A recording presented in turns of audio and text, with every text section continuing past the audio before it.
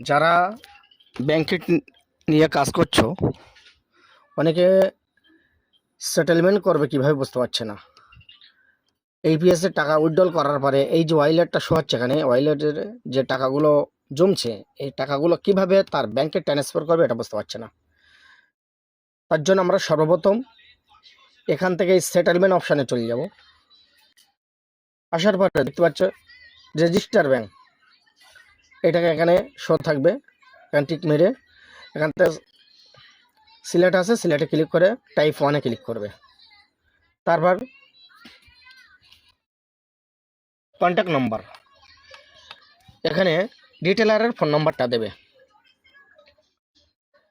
তারপরে account holder name, এখানে ডিটেলারের bank অ্যাকাউন্টের যে নামটা আছে নামটা দেবে।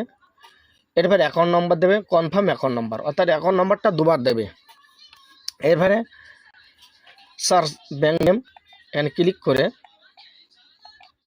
ব্যাংকটা সিলেক্ট করে নেবে।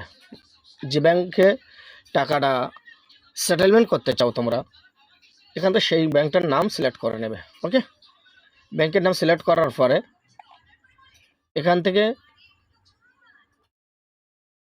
আইএফসি কোডটা দিয়ে দেবে। ব্যাংকের আইএফসি কোডটা দেওয়ার পরে রেজিস্টার বেনিফিশিয়ারিতে ক্লিক করবে। রেজিস্টার বেনিফিশিয়ারি ক্লিক করার পরে সাকসেস হওয়ার পরে আবার এখানে চলে আসবে রেজিস্টার ব্যাংকে। ঠিক একইভাবে আবার ফিল আপ করবে ভেরিফাই বেনিফিশিয়ারিতে ক্লিক করবে। ফার্স্ট টাইমই রেজিস্টার বেনিফিশিয়ারি, তারপর ভেরিফাই বেনিফিশিয়ারি। কেননা রেজিস্টার করার সময় কোনো অ্যাকাউন্ট নাম্বারের মধ্যে যদি কোনো একটি সংখ্যা ভুল হয়ে যায়, তাহলে ভেরিফাই বেনিফিশিয়ারি করলে তোমার অ্যাকাউন্টে কোম্পানি থেকে 1 টাকা বা 2 টাকা একটা ট্রান্সফার করবে।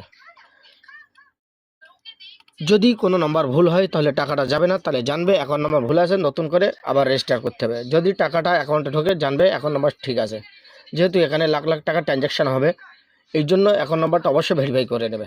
ওকে, তারপরে কি করবে,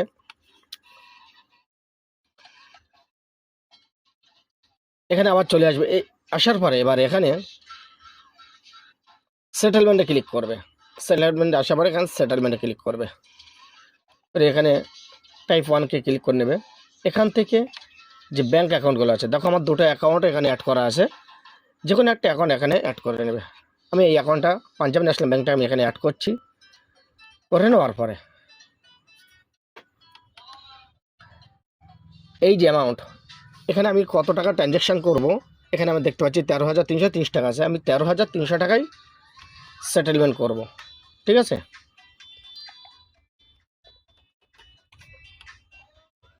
এখান থেকে আমি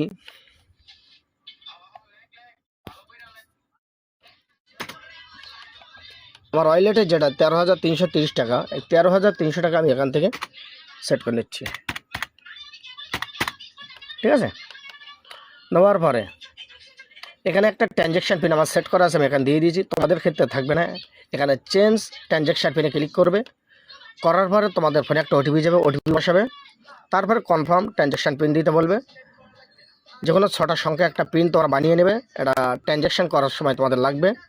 এখান থেকে পিনটা বানিয়ে নেবে। নেওয়ার পরে পিনটা এখানে বসিয়ে দেবে। দেওয়ার পরে একেবারে সব থেকে নিচে আই হেয়ার বি এগ্রি যেটা আছে না, এখানে এটাই ক্লিক করবে। এবার নিচে এই দুটো ক্লিক করার দরকার নেই, এটা ক্লিক করবে না, ভুলেও ক্লিক করবে না। এগুলো কিসের জন্য, এগুলো যদি ইন্স্যুরেন্স করতে চাও কখনো, তাহলে এগুলো ক্লিক করবে। কোনো ইন্স্যুরেন্সের দরকার নেই আমাদের, এই জায়গাটা ক্লিক করবো আমরা। তারপরে আমরা এই সাবমিটে ক্লিক করব। প্রসেসিং হবে, প্লিজ ওয়েট, একটু ওয়েট করবো আমরা।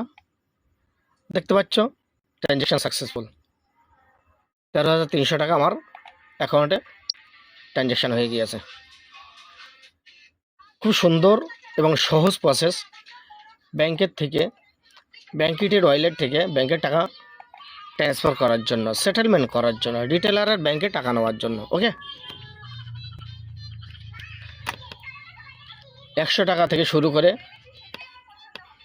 তোমরা 25,000 টাকা পর্যন্ত একবারেই ট্রানজ্যাকশান করতে পারবে। একবার ট্রানজ্যাকশন মানে 1 লাখ টাকা পর্যন্ত একবার ট্রানজ্যাকশন করতে পারবে, বাট 25,000 টাকা পর্যন্ত তোমাদেরকে 6 টাকা সেটেলমেন্ট ফি কাটবে, এছাড়া কোনো খরচা নেই তোমাদের। তাহলে আজকে ভিডিও এই পর্যন্ত। যদি একটু হেল্প মনে হয়, তোমাদের ভালো মনে হয়, যে উপকার হয়েছে ভিডিওটা দেখিয়ে, তাহলে একটা কমেন্ট, একটা শেয়ার তোমরা অবশ্যই করবে।